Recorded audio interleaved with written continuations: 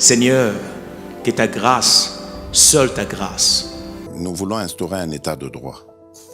Et dans un état de droit, il y a une justice indépendante. Ce n'est pas à l'individu Félix Tshisekedi de commencer à faire justice.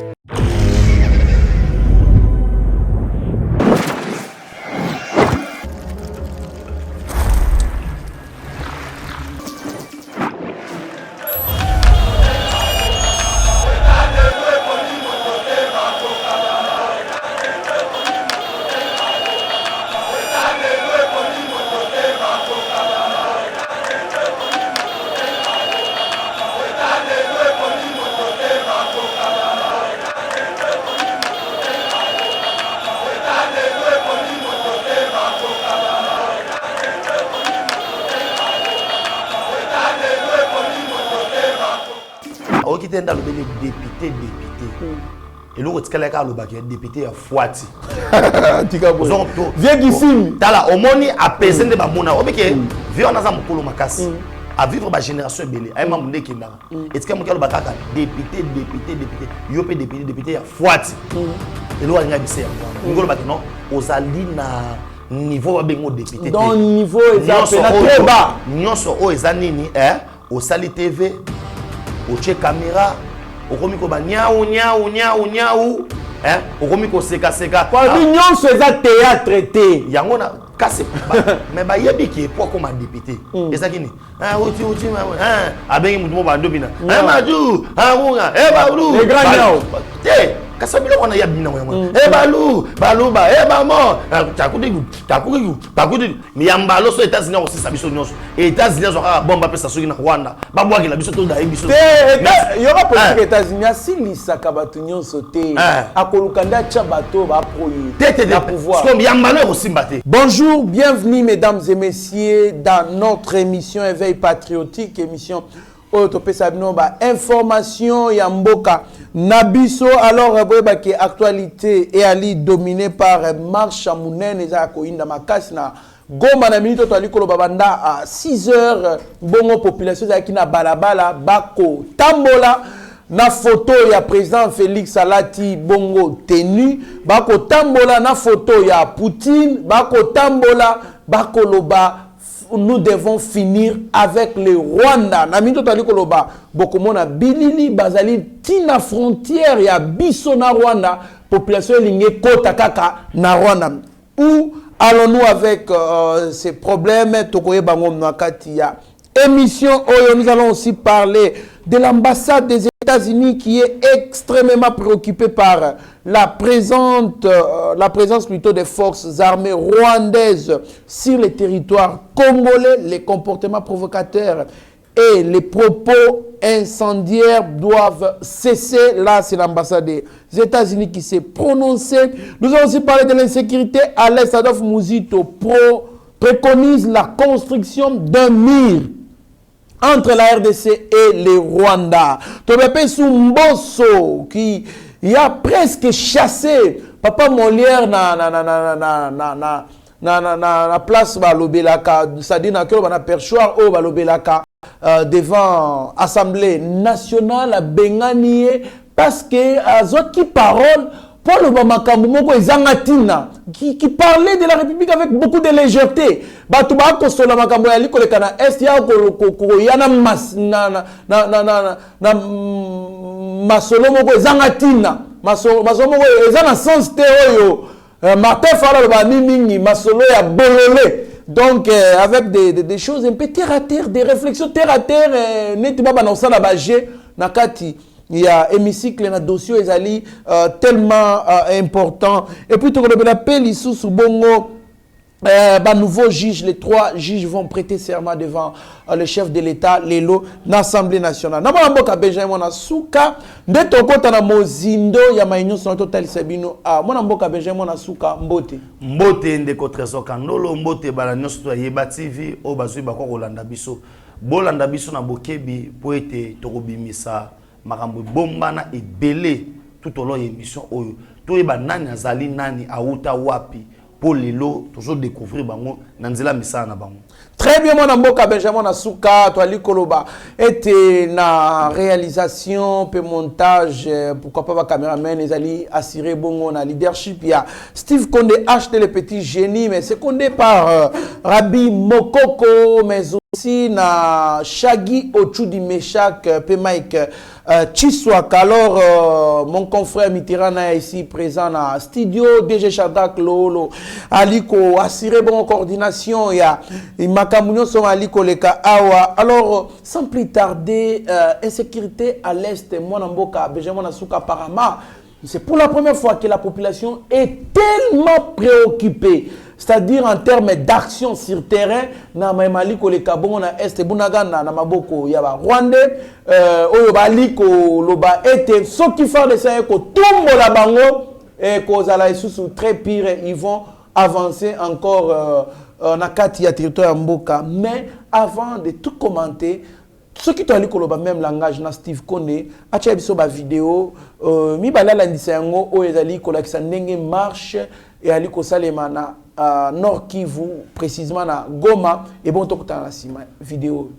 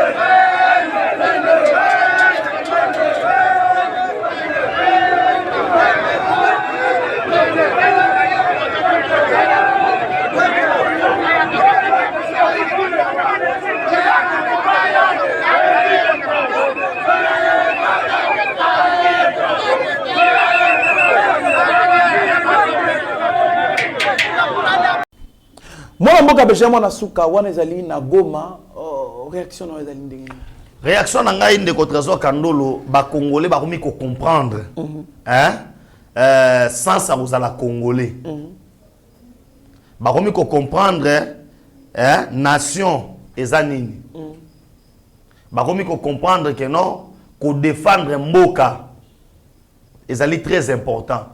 Ba comment comprendre que ma belé oyo nzamba pesa biso mabele oyo bakoko batikela biso eza ya biso eke mutu moko te, je dis bien mutu moko te azala zali nani akoko ya pona kosala nini ko botola yango tango lobi ya liboso na koloba ya liboso tansu na population boy baza makolo mais tout monde a déjà un motocycliste oyo basangana ki balobi ke non bafungolela baokaka frontière wana bakende tiki gali makolo na liro makambo ezokende ndeko Trésor Kandolo tokosutuka katongo moko boye bakongole bango tu na Rwanda Kagame asisa bango kaka total na makambo ezokende ezopesa passe ezopesa kanda ke biso tokokolela te likolo ya mboka moko ya mukelekete. Mais toi ali na kata olela il y a 28 ans. Ozali na kata olela. Il y a 28 ans mon amour. Aujourd'hui, bah te faut pas comprendre que les efforts aux salima à compte du gouvernement actuel, na président actuel leadership, il y a Félix Tshisekedi Tshilombo. Et ça na lolenge ya kalate. Et ceux qui totiki ba Congolais ba kota na Rwanda ezali auto bengi désastre ko salima. Et qu'on a la bain de sang et qu'on a la peau ba Congolais ba aussi ça ba Rwandais nyonso wana foye bango ba Congolais ba aussi ça ba Rwandais nyonso tout et aux élo moi qui tout côté mais là faut to bezali nini peuple congolais il faut amener ba genre ya ba action ya boye pona nini po bato bazo soutenir Rwanda na cessé bako céder na pression ezali militaire ya République moitié du Congo mais bako céder kaka na pression populaire. C'est pourquoi Moussa Lobaki la guerre sera longue et populaire. Ça veut dire si la population maintenant de partout s'élève babandi ko mener ba action ya ba jawana te ko kota na Rwanda que non to sila na bango la communauté internationale va kobanga parce que et le rozo salema awa soko tali na États-Unis ça va tomber ba grands électeurs. Ba grands électeurs on ba nani, ce sont des hommes qui sont suffisamment très puissants, ba riches. Et au monde na kesana coupe moi benga un cartel. Coupe wana cartel bango ne ba sur le monde. La plupart na bango ils voient que leurs intérêts sur le plan économique. C'est qu'ata bozo kufa. Ata bosa nini bango bazo tourna ke non avantage na biso place wana kozala nini. Or, il y a des familles qui investissent en Rwanda, entre autres la famille Clinton et la famille Bush. Ils investissent en Rwanda. Ils ont leurs intérêts. Il y a des entreprises qui ont mis Oyo. Bazota la que non. Ce qui RDC a récupéré ma casse na union surtout. Ce RDC a commis boui. Nous, bisous on la perte. Et na lo barango med fois. Makambo belo sa na est de la République. Ezali d'abord. Bateau va tirer dividendes dans ma casse. Ce n'est pas seulement le Rwanda comme état nation, mais c'est aussi la multinationale. Ces entreprises-là qui sont venues installer dans Rwanda, déstabiliser l'Est de la République, ça la trafic, il y a vente, il y a armes, ça la trafic, il y a autre beng kotoka illicitement minéré na biso, kozwa ivoire, kozwa bois rouge, pour tout le monde a oh non minéré mais bois rouge. Oh bah ozwa eke na bamboka na bango. Et aujourd'hui c'est ce genre de gens là qui sont puissants comme les Kafachi. On doit reconnaître. Et aujourd'hui la République démocratique du Congo, il ne peut pas faire face qui sont puissants comme les Kafachi mais qui sont puissants comme les RDC. Qui sont puissants comme les RDC. Oyo RDC ko ça la face na bango té. Parce que bazana technologie, bazali wana bango de ba créer ba conflit na Afrique pour bango basani et muto ko arrêter et l'autre on a que ça m'a sous-souté, c'est la population. C'est pourquoi na pesi bande ko na ya Goma au travers de l'image wana félicitations. La communauté internationale doit voir maintenant, doit comprendre maintenant que non, les Congolais sont déterminés. Mais nous devons maintenant comprendre pourquoi cette motivation. Pour aller pendant ceux qui 28 ans, la population congolaise, Azaki na makoki, ya mené action en athée. Parce qu'ils ont compris maintenant que non, au sommet de l'État, il y a notre frère, il y a notre sang. Ils sont maintenant déterminés au Lubaki, non. Cette fois-ci, Oyokoya, et il y a parce que, bazo mon sens, il y a trahison à mon côté. Neko, trésor kandolo. Lobi na ota ekotala na butu, na lala kite, na zonga kite, na zonga ki 1h du matin, qu'on la samamoto, dans la politique, na niveau parti na biso. Mon frère, na bandi ko visionner babiloko ya Mamadou Ndala. Soki ndeko na babumaki yete. Na ye moko na batu na ye, balinga ba traverser frontière, balinga ba kota na Rwanda. Wana na zo ebisa yo. Ozo sentir que colonel Mamadou Ndala na mo bina na ala qui très déterminé pour Massa se sobeta oh au moins attendez bataki maraboui yeso kimate ye azo disposer kakabatu bobeta kuna bobeta boy bosala boy bolungo yo yo na biso beta kala beta mo kuna beta 5 papa beta 5 zongi saboui. Et aujourd'hui maintenant au sommet à Mboka na biso nous avons un président qui est déterminé. Ndeko Trésor Kando na fandi mon frère nanga na bandi kotala équipe à communication ya présidence de la République. Équipe au restreint ya communication à président. Na biso batoyeba ko communiquer kaka muto azo communiquer ko le Kafachi azate. Pourquoi? J'ai vu un Patrick Mouyaya ko ça net ko liali ya munoko pour na kolobake non, c'est le Rwanda qui nous a attaqué. Na l'année ministre affaires étrangères remote nani na remote chibanda botezo nani Christophe Lutundula on s'attend que Christophe Lutundula a utilisé net babilo na landi top Congo lusakwenu. Mais tant on a landi Fachi na Brazzaville, le président était clair. Il a pointé Rwanda du doigt. Comme il a été clair au pointer Rwanda du doigt. Et Kobeta Rwanda Kosani pour que nous bangate. Les gens pensent que c'est chef de l'État. Et à l'okola, aux autres gérer moulin, on a gâté ndako. Tous autres gérer boutique na yo. Okola mukana tongo lobi non, na kangi boutique. Non, ko gérer pays moulin le roi RDC. Na kati monde, tout ça na ba corps, tout ça na ba nation. C'est pas se lever un bon matin. Et puis la guerre demande beaucoup de stratégie. Les chefs d'État ne peuvent pas se lever aujourd'hui car non, toi qui de guerre qui boudi. Parce que les conséquences, bouche à ça la yango, à des sortes qui de guerre. na nini na auto bengi nani Irak. Mais on a vu maintenant les Américains, il fallait pas que ngulu. Pourquoi engager qui biso na makambo, il y a eu beaucoup de morts et tout consort. Cela veut dire bah ça la calme. L'armée congolaise, na précisé loko. L'armée congolaise, pour nazo kabato, bakangi munaganda, ba congolais armée té. Ce n'est pas que l'armée congolaise a croisé les bras. Non, on doit dire aux gens qu'il y a un affrontement à ce moment à Bunaganda parce que l'armée est en train de faire tout pour récupérer le territoire. Très bien, moi Mboka, Benjamin, moi Souka, en tout cas, ça fait partie de nos regrets, surtout moi personnellement, Nami Tunaka, Ndenge Nini, Topesa, militaire, Mibale, Rwandais, Tokangaka. Il fallait qu'il te bombe. Selon moi, il fallait que tu bombe. En même temps, je suis les chaos, mais bazarana nous chez lui. Mais parce qu'au moment où on nous demande de donner, de libérer ces deux militaires rwandais, c'est au même moment, bazali ko bombarder, ba chefferie moko il y a Nord Kivu. Je me pose tant de questions. Bon. Et puis, tu dois préciser aussi, Bana Bakoufi. Ouais, Bana Mibale. C'est que la vie de des deux militaires rwandais, la vie des deux militaires rwandais vaut mieux que les deux Congolais. Non, mes frères. Plus de 7 millions. Non. On a plus de 8 millions. Sauf le massacre et génocide à Rwanda, c'est autour il y a 140 000 personnes, 170 000. Si je ne me trompe pas les chiffres. Comment 1 million de morts. Mais chez nous, il y a plus de 8 millions de morts. Et la communauté internationale, l'humanité tout entière, merci beaucoup. J'encourage les Congolais, surtout les Congolais qui jouent dans le club local à Paris Saint-Germain ou Bazali dans le club local à Arsenal. Bobo ya kolata Bavarez wana ya visite Rwanda. Bosa loko ba Youssoufa, bosa loko la Bakambu. Wazaka soit Chebi à lobby, on tire à l'est, mais tout le monde ferme sa bouche. Personne n'en parle.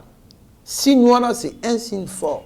Mais na éviter ceux qui Congolais surtout partout ils peuvent se révolter pour nakoloba non. On en a assez, nous devons nous limiter là. Trop, c'est trop. Moi, Mboka Toali Kokobana émission Nabiso,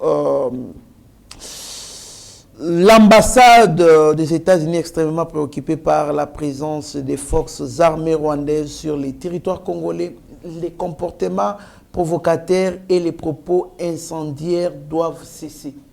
Ici, moi, Mboka, c'est un discours vraiment diplomatique.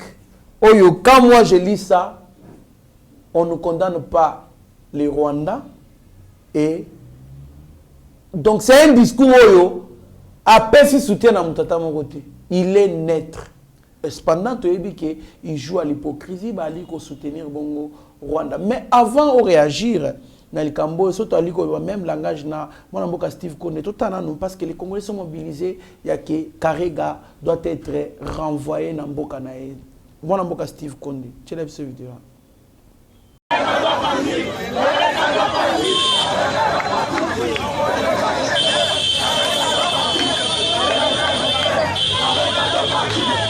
message est clair, Karega doit partir. Le message est clair, Karega doit partir. Le message est clair, Karega doit partir. Le message est clair, Karega doit partir. Moi, mboka Benjamin Nasuka, wana ba Congolais, butu, liboso, il y a résidence, il y a ambassadeur rwandais Vincent Karega, ba koyemba, était, il faut akende pa na bango, azonga, ba renvoyer. Mon mboka apparemment, là où il faut frapper dur, Kinshasa ne frappe pas, mon ambo. Merci beaucoup de votre trésor Kandolo. On doit rappeler que nos diplomates de formation, na okota na terrain na mingi te, mais na kozala mingi likolo, ya moi makamoa mikie.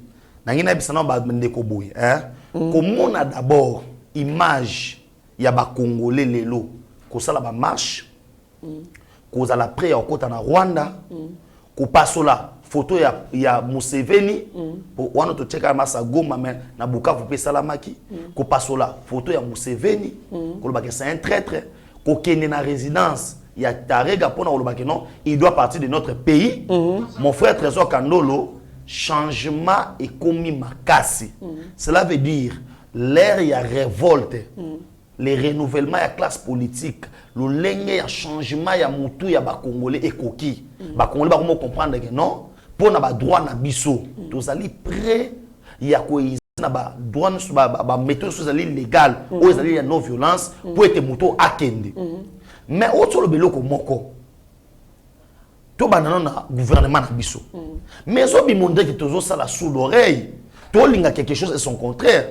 Au sentir que maloboyo mokonza mboka zo tenir eza lokola ba maloba moko ferme na détermination mais action ya pratique mais action maintenant ya gouvernement ezo bima lokola so tali langage o mama Ebazaïba tonalité o ya utiliser qui contre Vincent Tarega c'est toi non disait là que non après moi mikolo wana to ngato ka non to kata nos relations diplomatiques parce que o ezali suma bombaté la personne la mieux informée à Congo déclare clairement que c'est le Rwanda qui nous agresse derrière le M23 automatiquement c'est autre face au malamoko ministre il y a autre bengi ya affaires étrangères et sengela notifié baye bis ambassadeur ya Rwanda sanini pour l'instant sanini azongana ne pas na bango oyebi ko zongisa ambassadeur ya Rwanda pas na bango Trésor Kandolo et aussi ça nango guerre te ilobaki nango yo ça nango guerre te mais ko ça la signe moko ya ba congolais ba mona que non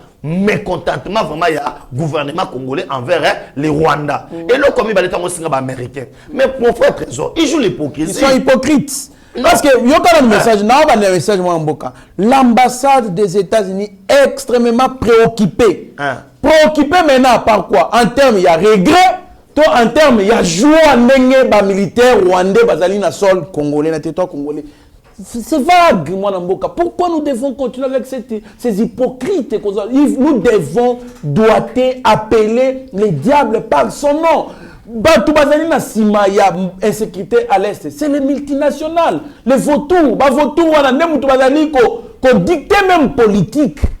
Il y a États-Unis, nous savons tous que les États-Unis, Joe Biden na pouvoir, c'est les multinationales. Ils étaient contre Donald Trump. Maintenant aujourd'hui la politique des Américains dictée les États-Unis réfléchissent par procuration des idées qui émanent na ba multinationales parce que même les Nations Unies 25% des frais de fonctionnement des Nations Unies et autres américains. C'est clair, mon amboka, que les Rwandais fait ceci, fait cela, nous agressent via financière, tel et consort. Mais pourquoi on ne peut pas clairement que non, Boza est hypocrite. De Trésor, au monde les Congolais, hein? Nous voulons quelque chose et son contraire. Pourquoi? Les chefs de l'État vont voyager à Awa. Au milieu de ça, Combo. Chilombo Airways. Airways, oui. Les gens on m'a montré Sibir les lots. Toi, mais tout qu'est-ce que nous devons faire? Mais il a rencontré ces multinationaux pour envoyer Bisabango. Je pense à Bill Gates. Alobaka bien.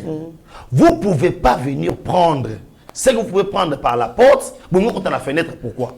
Ndeko Trésor Kandolo. Moutouana za makasi koleka. Oui, c'est que non. Il y a on a porte à boina. Qu'est-ce que nous faisons? C'est la population qui doit sauver. Ou soit toko chapé la multinationale ou mode moya pression. C'est vrai autant que les relations internationales, la Russie n'est pas intervenir dans ba pays moussouté. La Russie n'intervient pas en dehors de la région militairement. Mais vous savez que la Russie a une base militaire dans la République centrafricaine. Et Zali n'a pas de former les militaires. Mais la Russie a quoi aider les mercenaires. Batangi singa pande ko mo lobi na guerre à 80 jours. Mobutu asomba batu banda ba yako bunda na moko. On peut aussi le faire. Toko ki peut bouleverser quelqu'un na bango. Ndeko moko raisonnement na ye, wana za ya ye. Alobi air moko soki. C'est vrai que les gens vont intervenir militairement. kokende kaka ya Tshisekedi tant sous visite mon de courtoisie et pas à Poutine et qu'on booster ma campagne. Moi je pense que là c'est envoyer les chefs d'État dans les bêtises oyo un autre président congolais commettra mais ça lui a coûté la mort. Non, de contre Kandolo. Maintenant écoutez-moi. Vous venez de dire ici ces meetings nationaux to la kesi bango avantage na bango. C'est que la RDC, la République démocratique du Congo à cause de la capable de recevoir la face na batouana. Mon frère, tout ça nous renvoie dans ce que j'ai toujours dit. La solution est César Kamoko. Le président n'est plus à Kokene na Russie. Accueilli. Mais on peut frapper fort la RDC. Vous comprenez? Tout ça est résumé à une chose. Joue aux armes nucléaires. Je le répète, c'est même pas moi. Mais nous avons les clés du nucléaire. Écoute-moi mon frère. Moutaloba Eloko, c'est le professeur Dur Katonde. Moninga nanga ndeko nanga héritier ngashi aebma na oloba. Dur Katonde aloba boy. Dur Katonde c'est l'unique mutu oyo bakotsa RI na Congo. Aloba, il nous a dit ça en GN. Tout ce monde-là, oyo boy ba professeur batangi RI. Ceux qui batangi yango na Congo, à part en dehors, balika na maboko nanga. Bamova, banani, balika maboko na. Alors, pour guerre ici, il faut RDC na arme nucléaire. Jouer aux armes nucléaires, même les États-Unis vont fléchir devant. Parce que bako banda ko négocier si qu'on a biso. Na katiote. Ce qu'on yoka, on obi qui est aux banani, iranium, tokyo sa arme nucléaire. Nous sommes signataires, il y a traité de Pelindaba. Voilà. Non prolifération des armes nucléaires. Héritier ngashi ya ebi makamna oloba oyo. Naker. Ok. Toroki ko ça l'arme nucléaire. Bon, d'où il faut se révolter. Pour retirer, pour faire ces armes. Vous pensez que si on se mettait un bon matin, mais nous avons ce qui peut faire l'arme. Nous avons les pays aujourd'hui. Yoka. Voilà. Sikoyo, hein. Il n'y a pas de solution. Oh, dans la vie. Non. Là même, il n'y a pas de solution. Dans la vie, si vous n'avez jamais essayé, il ne faut pas dire que j'ai échoué. On doit d'abord commencer par quelque part. Donc, il faut emprunter la politique. Il y a Corée du Nord, emprunter la politique. Il y a maintenant, la détermination, c'est pas sur les Congolais. Pourquoi? Depuis que tu as dit que guerre, Maramou est bandit. Ils ont facile pour identifier les politiciens. Il y a des politiciens. Ah, tout le monde, il y a armes, il y a Martin Fayulu, lui rêve que les élections. Moi, merci beaucoup. Et puis, Yoka, nous avons un Joseph Kabila, et qui paye. Moi, merci beaucoup, Benjamin Nasuka. Les gens me prendront pour un fou, mais je sais ce que je suis en train de dire. Joue aux armes nucléaires, Rwanda Kangi Bisaka. Joue aux armes nucléaires, Uganda Kangi Bisaka. Aujourd'hui, Iran, États-Unis sur la canne avec beaucoup de respect parce que Bazan a armes nucléaires. Lélo, États-Unis coopéré avec Inde, na Pakistan, bien parce que Bazan a armes nucléaires. Corée du Nord, n'en parlons même pas. États-Unis, Américains, rien. Parce que Bazan a armes nucléaires. Joue tellement, ce n'est pas les Rwandais qui nous agressent, c'est les vautours, les sociétés multinationales. Les puissances mondiales ne vont pas pousser à agresser Bisso. Joue aux armes nucléaires, bah vautour wana ba ko respecter Bisso. C'est l'unique alternative quant à moi. Ndorozo Kandolo. Na so rali kamuno to clôturer parti na lobi boy, hein? Na senga yo, na lobi boy. Vous dites que simple visite Pamba, il y a le président de la République et pas à Poutine et qu'on crée l'IWA. Non, pas créer l'IWA et qu'on risquait va combattre physiquement. Voilà. Va combattre physiquement. Voilà. Vous comprenez?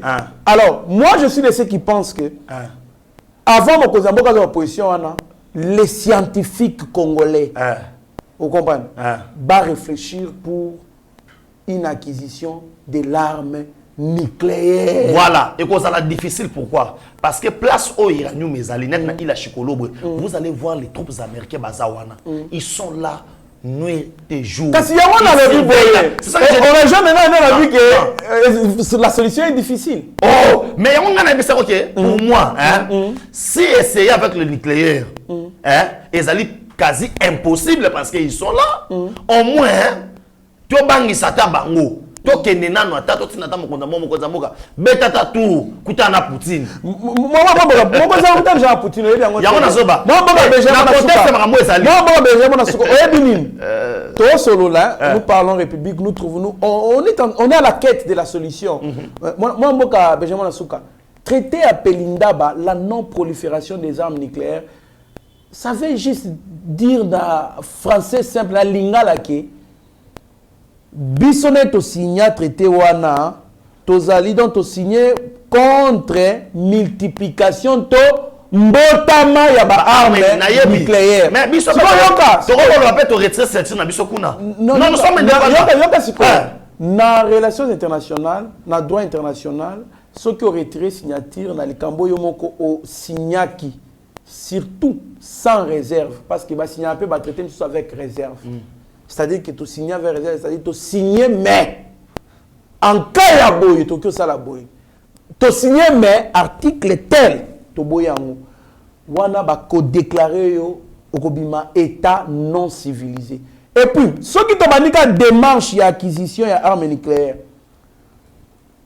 tu violer traité à Pelindaba et puis États-Unis boy ka ya monde a classe ka politique na 3 collaborateurs na 3 à coopérer na ba état na 3 états à faire 3 états avant ba état pivot à ba état failli na ba état voyou mais biso to commence cette fois-ci état voyou donc au moins dit que na masolo wana to comme déjà ennemi numéro 1 yo kana bisayo ya États-Unis au moins ba bloko wana nyoso to wana mutu eloko leki arme atomique ba bloko to wana c'est le peuple. Les peuples. Les peuples. Ça veut dire les peuples congolais aujourd'hui, ils peuvent se lever. Or, les peuples se lèvent autour du leadership. Na évoqué ba faille ya peuple congolais. Martin Fayulu préoccupé par les élections. Aujourd'hui, Martin Fayulu n'a plus cette crédibilité. Il y a qu'au désorienter peuple sur action moroboye. Oh, tala, tala ma mina Goma. Dis-moi quel est ce parti politique qui ne marche. Hein? Tant que Rwanda va contacter Aou, pour que on a Massina, Mouzabela qui va. Est-ce qu'il y a d'abord qu'il y a les peuples congolais? Non, mon frère, il y a une question. Vous voyez que parmi les peuples congolais, les gens peuple va se plaindre quand il est dans non, t'es Yoka. Est-ce que Webi? Non, Talawana za congolais t'es. Non, mon frère, il ne suffit pas, mon frère. Oyebi que journaliste, il y a opposition. Bazo se plaint la situation. Oyebi ngote. Oyebi que bazo yomo po oyebi que bazo se plaint pour nanine. C'est pas le billet de banque. Soit après son billet de banque tu vas se plaint. Mon frère. Yoka na bisayo. Bazo se plaint na média. Mais au moins ma colonne de confort na ba. Mon frère, moi j'ai se plaint pas batchango na négatif. Il y a chef de l'État. Mais c'est là où on n'a pas encore grandi. La classe politique congolaise n'est pas de maturité parce que quand on va agresser Bisso, il n'y a pas de l'opposition. Mon frère, en Ukraine, il y a l'opposition. On n'a pas vu l'opposition en Ukraine en train de crier que non, président Vladimir Soginani a coquité pour réussir ça. Non, tout le monde va aller ensemble. Il y a un rôle, il y a un éveil patriotique. Il y a remis sa peuple que non, beaucoup côté les marques, ça quelque chose. Mais remis c'est sûr que non, États-Unis ont ça biso boué, mais il y a un ballon sur États-Unis aussi ça biso nyos. États-Unis ont un bombe après ça sur Rwanda. Babouaki la biso tout d'ailleurs biso. Il y aura politique États-Unis si lisa kabatunyon sauté. À Kolukanda chabato ba proye. Merci beaucoup mboka Benjamin Nasuka pona kosungaka mboka na biso. Mwana mboka Benjamin Nasuka lobe zaki oinda na hémicycle kuna honorable Nembalemba Léon a eu parole bazali ko débattre sur question moko très pertinente. Question il y a insécurité na est pour trouver ko pesa ba piste de solutions. Mais papa Molière à l'équipe kuna comme on l'a toujours appelé ici à Kinshasa papa Molière bandi kobeta masolo moko ezanga tina mpona koloba ete bamilitaire na biso bali kokende tomoni bali kokende kuna mpona kobunda eza kaka bajeune moko balokoti bango balatisi bango babikumba batindi bango kuna mais Mbosso asiliki ayebisi abi toali kosa nyonso ezalaka théâtre te donc bango mo mpe badepute bayebi ke ye il est là que pour blaguer koloba makambo ezanga tina à retirer parole pe à yebise kine a kofana réaction na mwana non réaction na ngai oyebi tango bazobenga parler du peuple hémicycle bisika ba ki no sa musala wana ezali bisika mo ya lokumu un député c'est qui azali représentant ya peuple oyo a outi na contre mo boye au peuple a fait confiance mutu oyo a vota Léon Le Malemba tango azo fanda zo ba kenon a député to votaka yeyo alobela biso je pense que ba électeur na bazali déçu très déçu même et puis na métier azaki ki journaliste na yebité est-ce que azaki ka animateur télévisé to azaki na journaliste parce que même l'éthique il y a ba journaliste il peut pas causer là hors sujet ya makambo ba olobela et puis koya komema ba blague na ba création très cruciale ya mboka na biso o ezali ba vie humaine ezali en place et ça première fois té mon mboka ya ça ba biloko na trop j'étais surpris comme na papa Molière hein koluka koya na émission de ko moko boye ko banda ko ba n'importe quoi pona mutu loko présent baati je me demande maintenant na mituni na lobby est-ce que mutu pena wazali to cha mutu azali normal mais en partie baati ya mona soloba est-ce que mutu azali normal akoko ya ba invité na émission pour banda ko lobela autorité morale na bango ba n'importe quoi na télévision tala niveau alors tout autorité morale na mais eza na yebité na mitu na soit partir ba invité na jama kambo des problèmes ezali boy soit mutu amilaka eloko moko boye ozo senga ta mususu kolongola biloko ya amela zododo te na yebite na lobi boye soit amela biloko mobo ozo senga kolongola wana ngana lobite na bi ozo senga na kolongola ba biloko mususu aba omela yango pourquoi parce que quelqu'un ne peut pas raisonner na ba niveau wana ozo mona biloko sone ba sa biso ke no avumela folongola bambuma ozo mela na bambuma pesa ba ndenge moko pesa vertige makasi le kaso kolongola bambuma sikoyo lelo oyoyo na makambo eza koloba mboka tala soda aza prêt ya kotinda ye na bitumba na 45 jours et dans la procédure on a armée za procédure d'urgence la République démocratique du Congo tozo ko souffrir bana mokonza mboka kenda kuna na effectif ya ba soda na est de la République et l'armée est en train de faire les efforts au moment où Mbosso o mama ba ndeni président Mbosso a proposé à lobby à lobby to si to check cotisation à $200,000 tout tin dans mon front pona ko soutenir ba FRDC na biso na moment oyo toloba makambo ya STA na lingi ba tutu ba kozwa maloba tozala opposition ezala te pouvoir payer et majorité payer ezala te opposition ezala te alors asengi kotabi je demande maintenant l'Assemblée nationale tout ça la unité nationale autour ya makambo so de kana mboka na que papa Léon Le Malemba devait réfléchir quand même tant ce ko bagina mo konza mboka na mix oyo to senga tant état d'urgence ya Congo mobimba état d'urgence général parce que nous sommes agressés les faits sont là na kasa ko papa Molière aller demander ngalo par exemple avec non biso ba député na mona biso to zoaka vu que to sali agressé na ba niveau oyo boy na boy soit papa Molière ngalo ba non ndenge président Mbosso lobi ke oh tout au kuta député so ba kuta na bani vraiment aussi na bureau na bino bo umela te posé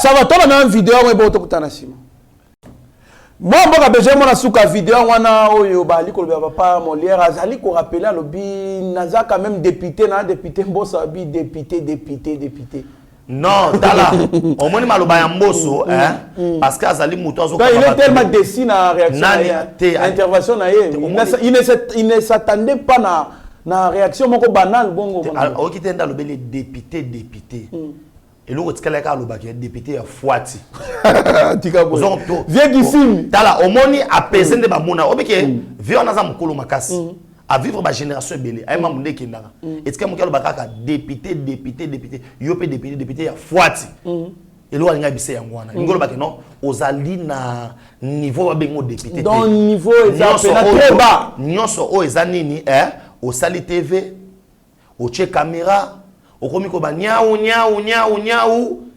okomi ko seka kwa nyonso eza théâtre te yango na kasi mais ba yebi qui est pour comme député et ça qui ni uti abengi mutu mo bando bina maju hunga balu les grands nyao te kasabilo wana ya bina ngwa balu ba mo takudigu yango ne mutu mais qui ezima mo mboka za ki numéro 1 ya nani ya mais kasi yango Kinshasa yango ebisike ke azaki wa parce que asalela ki esobena ki sai yo kana bisa asalela ki sobena ki sai yango moso ayebisa lobi awa ezali théâtre te kende ko sala biloko no wana na TV no sala kango na chaîne na yo ba uti ba mboka balu bana nyau te awa eza siko eza makambo ya bongo yebisa nga Léon Lembalema ninga zana loi ne sa proposa.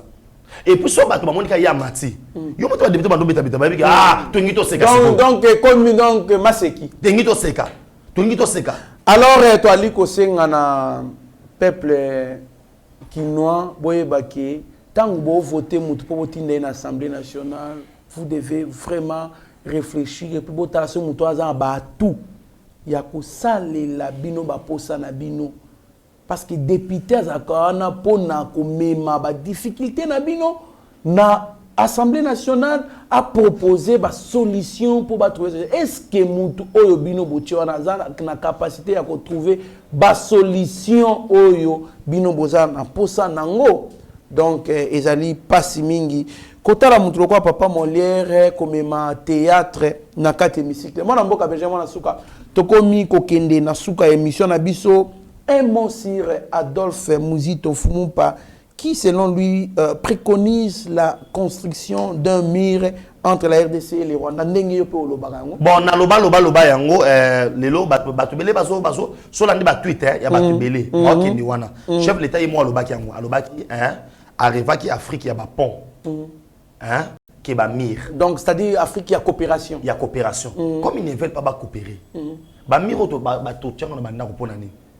Yo omon nakala surtout dans ba village to anda ko fana biso to za ba villageois to ando fana ba mboka omona ba do cha porte ba nako bila village ba na porte pour que moyibi za na nguna te kozomona na ba village pe clôture za la raté système o cha ba clôture o za système o cha moyibi yango mona ba clôture ba to ba sa ba clôture monika moyibi so compter basani ba cha milangi bango na milangi mutazo ya na kecha ba cha pe bakanga moyibi yo ka muto na kecha munene ba che kanga moyibi muto mo na pesa 4 kanga moyibi a sauter c'est sur la babité to cha to ba sana courant ba électrifiant et puis ba sur na ba caméra tout ça est parce que mambuzo simbate la République démocratique du Congo total qui na ba angle nyonso pour l'instant bande ko na ba sa nini l'argent réservé aux élections mbongo to ngato sa supendenge nini ezali na minutes oyo ata to bunina wana ndenge nini mais priorité des priorités to tonga mire na sina lobango awa pays ya munene ozo tanga loko les États-Unis amoni pena na Mexique non bato ba trafic ba drogue bazolika bache ba caméra bache ba biloko wana nyonso et simité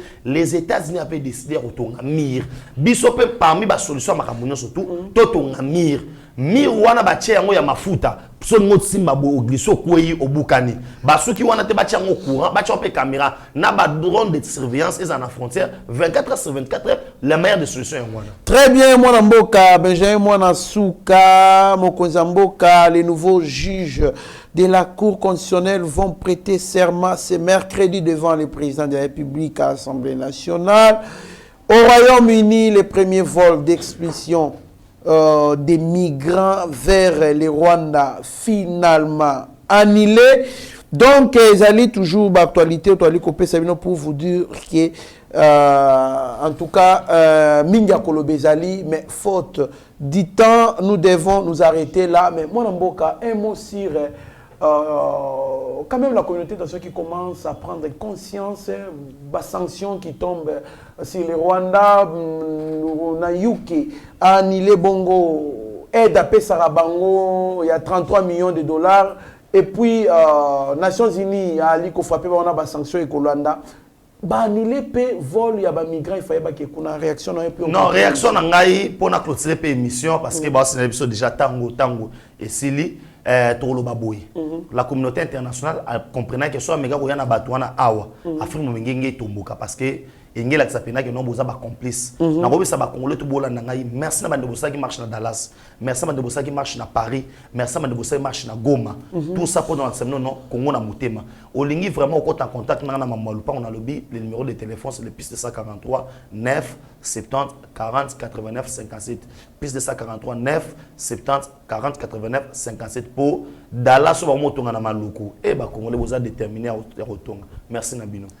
Très bien, moi Mboka, Benjamin Monasuka, biso ba journaliste, ba analyste politique, toye ba information ni Tokyo banda ko publier. Comment est-ce que un journaliste posa na camp ya opposition, oso publier ba prouesse, ba réussite ya armée rwandaise. Et quand le gouvernement identifie M23 comme des terroristes, nous tous les journalistes, nous surtout les médias, nous devons les appeler comme les gouvernements les appellent. Mais je suis très déçu, journalistes congolais, Oyobali, Kobenga, toujours M23 comme des rebelles. Non, nous devons les appeler comme le gouvernement les identifie. Pourquoi? On combat les terroristes, mais on ne négocie pas avec les terroristes.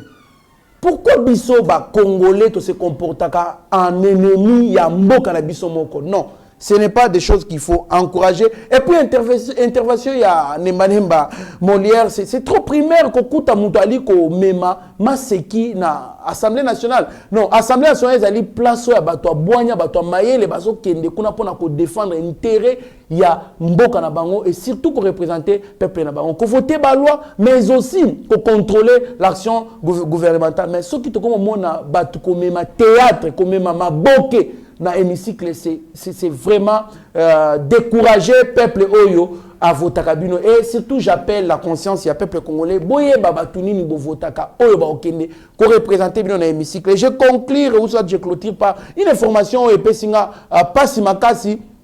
Il semblerait que ba pavillon ezika na marché de la liberté bazali ko exiger bato bazaki victime ya kozika wana o ba perdaki ba biloko ba renouveler ba contrat ba signer ba nouveau contrat pour ba pavillon na ba place na bango. Non, ça nous condamnons. D'ailleurs il y a eu des problèmes sérieux na mbongo mokonzi mboka a pesaki po ba yeba na ko subventionner soit ba yeba na ko futa batu o bazaki victime wana. Il y a eu les détournements to ngo ko ta mozindo na te mais bopé sabatu ba pavillon ba place na bango parce qu'il y a des contrats qui étaient en cours. Oh, il faut bien respecter bino administrateur marché de la liberté. Ce qui to yoki ke ezali ko continuer bongo, nous allons dénoncer, nous continuons toujours à vous décourager parce que bino ne mutu ali ko décourager ba congolais oyo bazali quand même ko tia ba moyen na bango po ba yeba na ko sala ba entrepreneuriat na bango bo ali ko décourager bango. Nous dénonçons ça d'abord. C'est un marché oyo ba taxe ba impose aka likolo makasi mais bolinga susu bomela batu ba mbongo na bango. Non, respectez les contrats qui étaient en cours parce que d'ailleurs des gars wana ezaki bango ba victime. Alors botika ko escroquer ba congolais. On ne négocie pas avec les terroristes, on ne négocie pas avec eux mais on les combat. Restez branchés sur notre chaîne, vous ne serez en aucun cas déçus. Mieux vaut être maître de son silence que plutôt esclave de ses propres mots. Merci. Seigneur, que ta grâce, seule ta grâce. Nous voulons instaurer un état de droit. Et dans un état de droit, il y a une justice indépendante. Ce n'est pas à l'individu Félix Tshisekedi de commencer à faire justice.